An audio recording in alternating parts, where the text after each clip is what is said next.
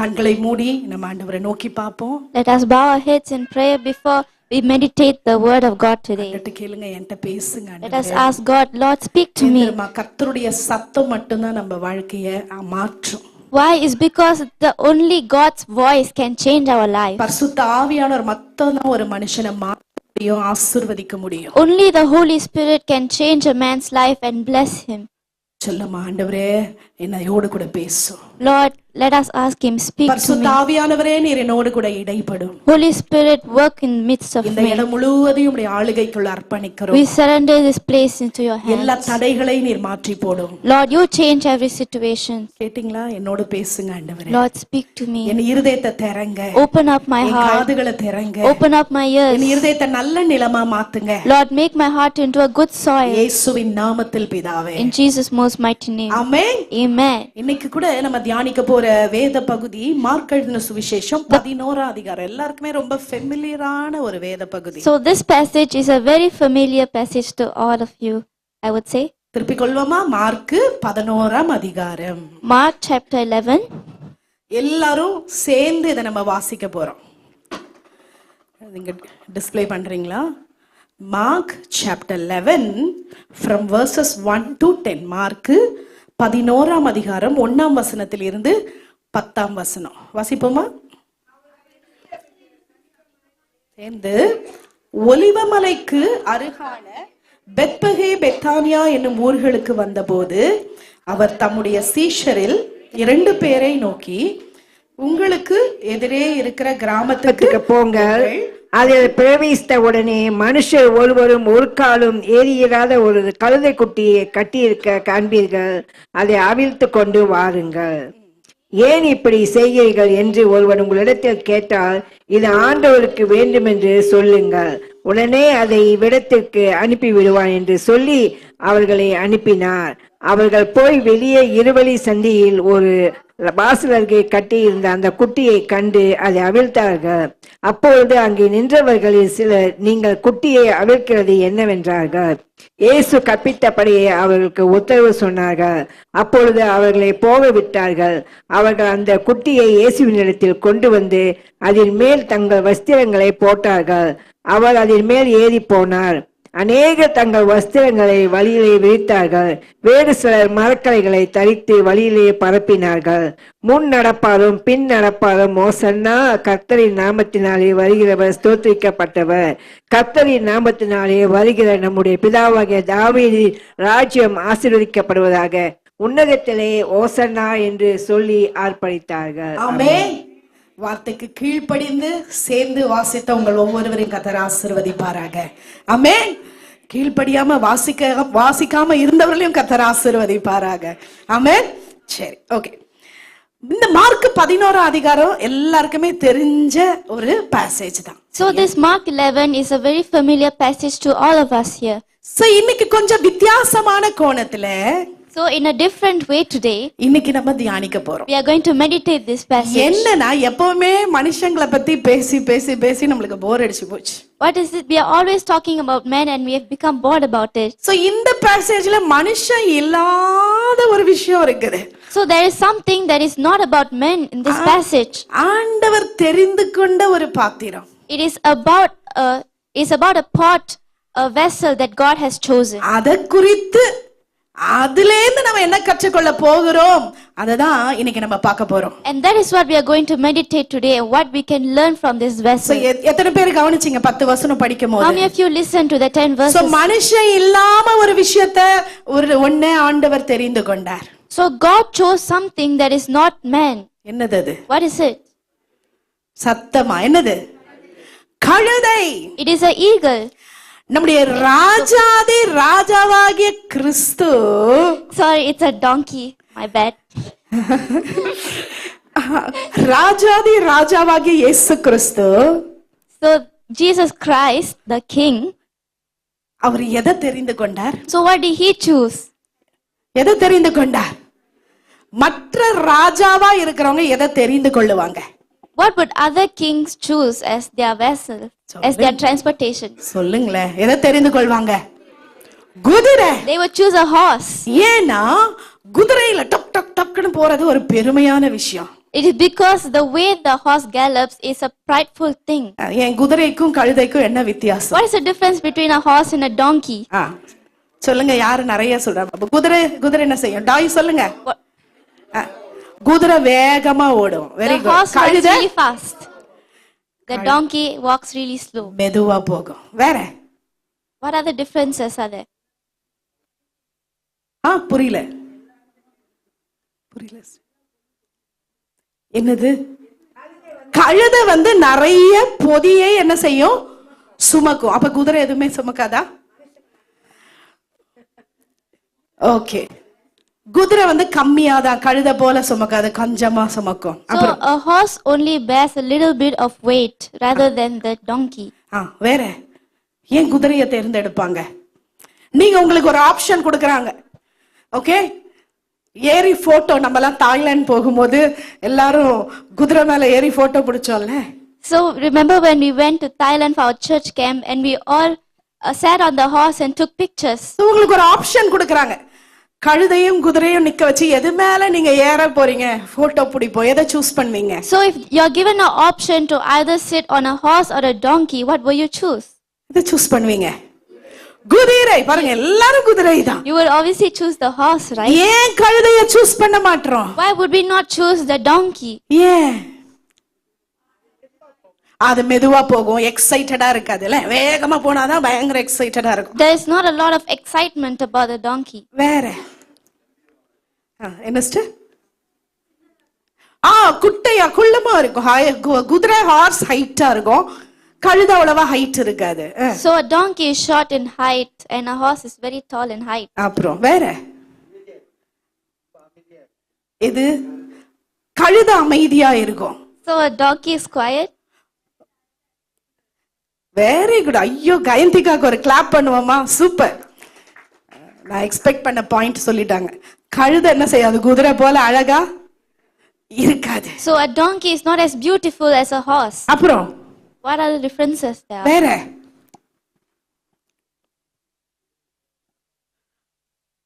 குதிரை ஸ்மார்ட்டா இருக்கும், கழுதைக்கு அவ்வளவு ஸ்மார்ட்னஸ் மந்தமா எண்ணத்தை தூக்கி மேல வச்சாலும் அது பாட்டு செய்யும், போய்கிட்டே இருக்கும். திட்டம் போது கூட கழுத மாதிரி கழுத மாதிரி இருக்கே அப்படி அது என்ன செய்யும்? எவ்வளவு தூக்கி மேல வச்சாலும் அது பாட்டு என்ன செய்யும்?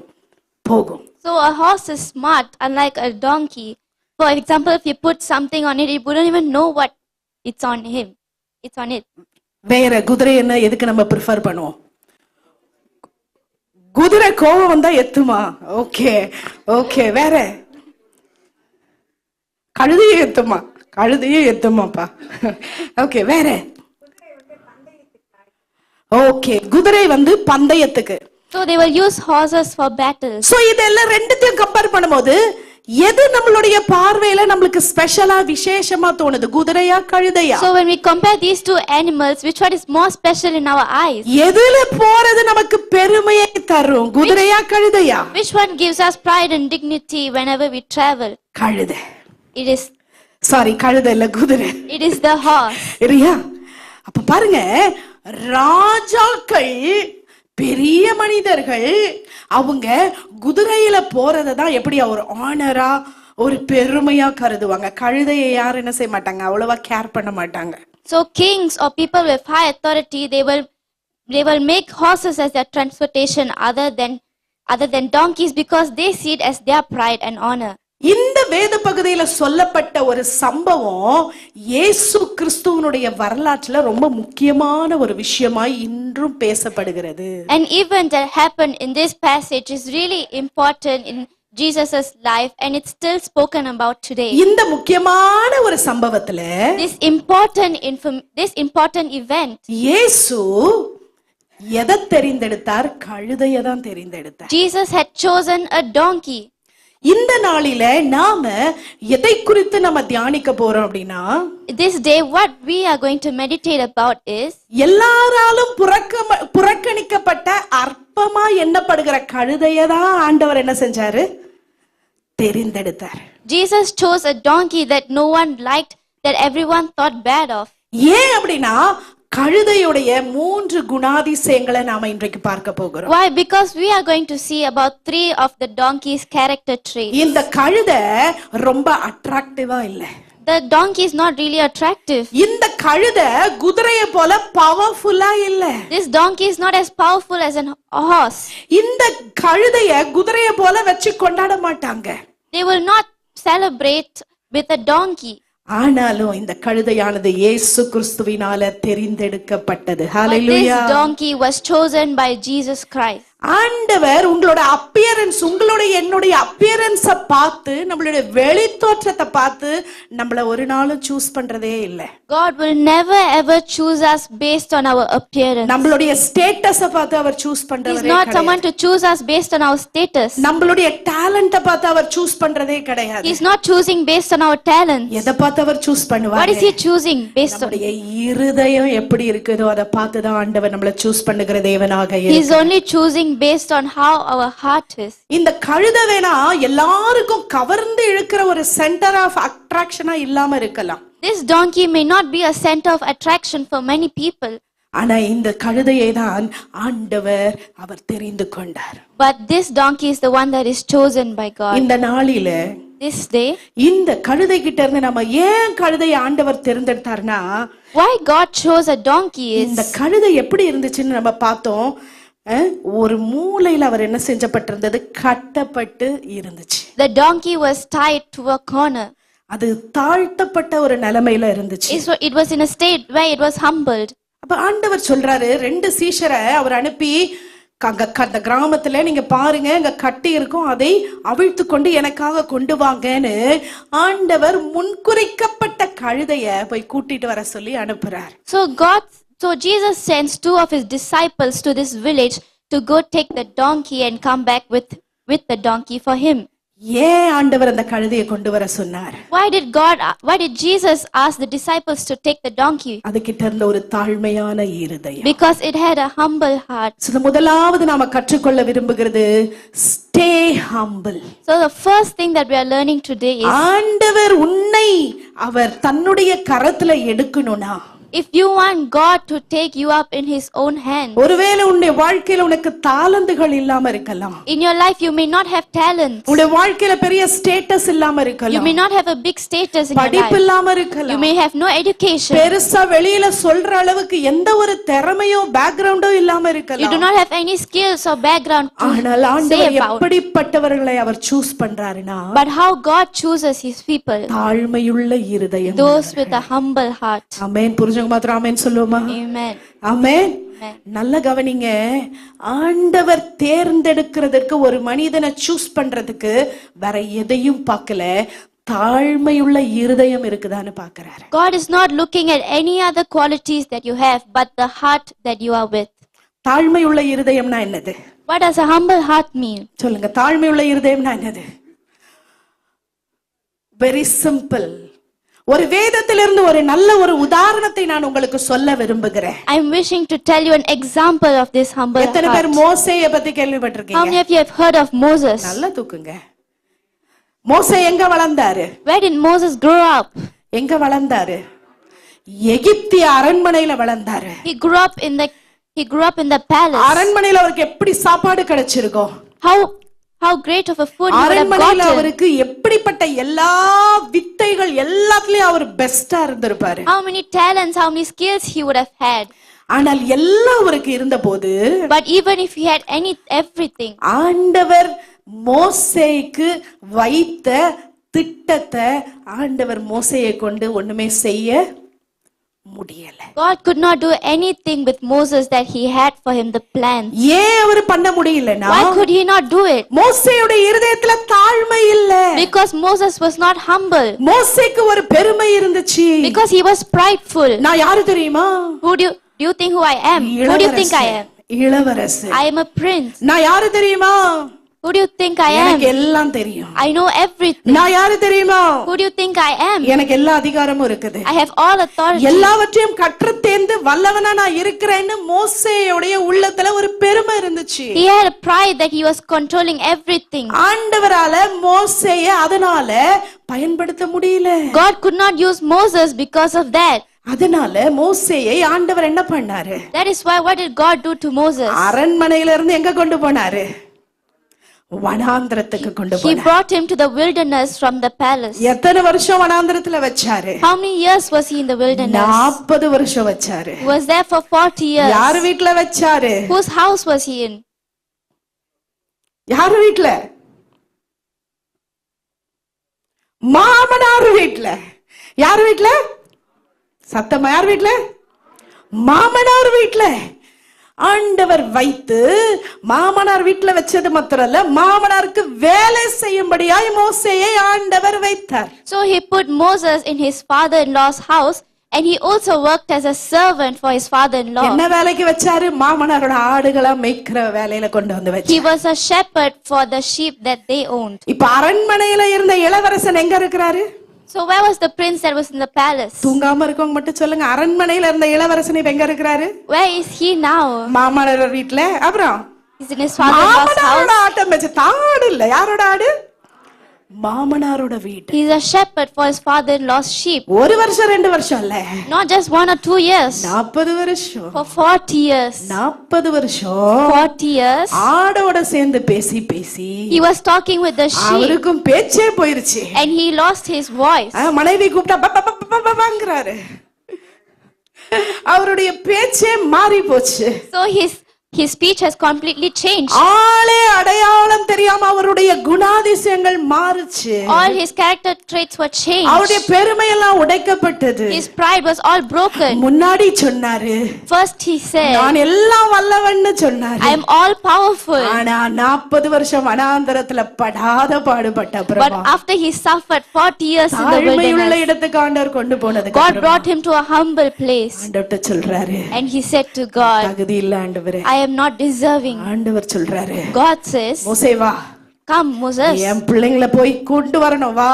come, you need to bring my children. உன்னதான் நான் தெரிஞ்சிருக்கிறேன், வா. I have chosen you ஆனா only. மோசே சொல்றாரு, But Moses says, என்ன விட்டுருங்க ஆண்டவரே. Lord, please leave me வேற alone. யாரையாவது பாத்துக்கோங்க. Lord, choose someone நான் else. தகுதியே இல்ல. I am not deserving. ஆண்டவர் சொன்னாரு, That's what God இல்ல said. இல்ல, No, உன்னதான் நான் அழைத்திருக்கிறேன். I have chosen you. நீதான் எனக்கு வேணும். I want you only. 40 வருஷத்துக்கு முன்னாடி நீ ரெடியா இல்ல, You are not ready 40 years ஆனா ago. இப்ப நீ ரெடியா இருக்க. But now you are ready. நான் விரும்புகிற ஒரு இடத்துக்கு நீ வந்துட்ட. You have come to a place where I wish of. ஏன் ஆண்டவர் விரும்புகிற தாழ்மை மோசேயோட உள்ளத்துல தானா வந்துருச்சு. Because the humbleness that God wished had come into Moses' சில heart. வேளைகளில் ஆண்டவர் நம்மை பயன்படுத்த வேண்டும் என்றால், Sometimes if God wants to use us, ஆண்டவர் நம்மை சில பாதையில நடத்துவார். He will lead us in some path. சில வேளைகளில் தாழ்மையான பாதையில கர்த்தர் கொண்டு போவார். He will bring us to a place where we are humble. ஆனால் அரண்மனையில இளவரசனாய் இருந்த மோசேயை பத்தி உங்களுக்கு நிறைய தெரியுமா? Do you know a lot about Moses, who was a king who was a prince in the palace? 12 லட்சம் பேருக்கு மேல வழி நடத்தின மோசேயை குறிச்சு உங்களுக்கு நிறைய தெரியுமா? Do you know a lot about Moses, who led 12,000 people? எது குறிச்சு உங்களுக்கு நிறைய தெரியும்? 12 லட்சத்தை வழி நடத்துகிற ஒரு லீடராய் கர்த்தர் மோசேயை மாற்றினார். ஹalleluya. God changed Moses to someone who is leading 120,000 நாம் people. நம்மை தாழ்த்தாவிட்டால் ஆண்டவர் நம்மை பயன்படுத்த முடியாது. If we do not humble ourselves, God cannot choose us. தாழ்மைனா என்ன? What does humble mean?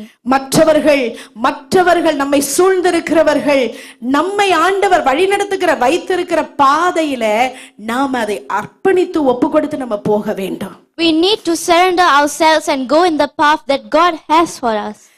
எல்லாமே எனக்கு தெரியும் நம்ம நினைக்க கூடாது. We should not think that we know everything. யாரும் எனக்கு எதுவுமே சொல்ல கூடாதுன்னு நம்ம நினைக்க We கூடாது. should not think that no one should tell us what to do.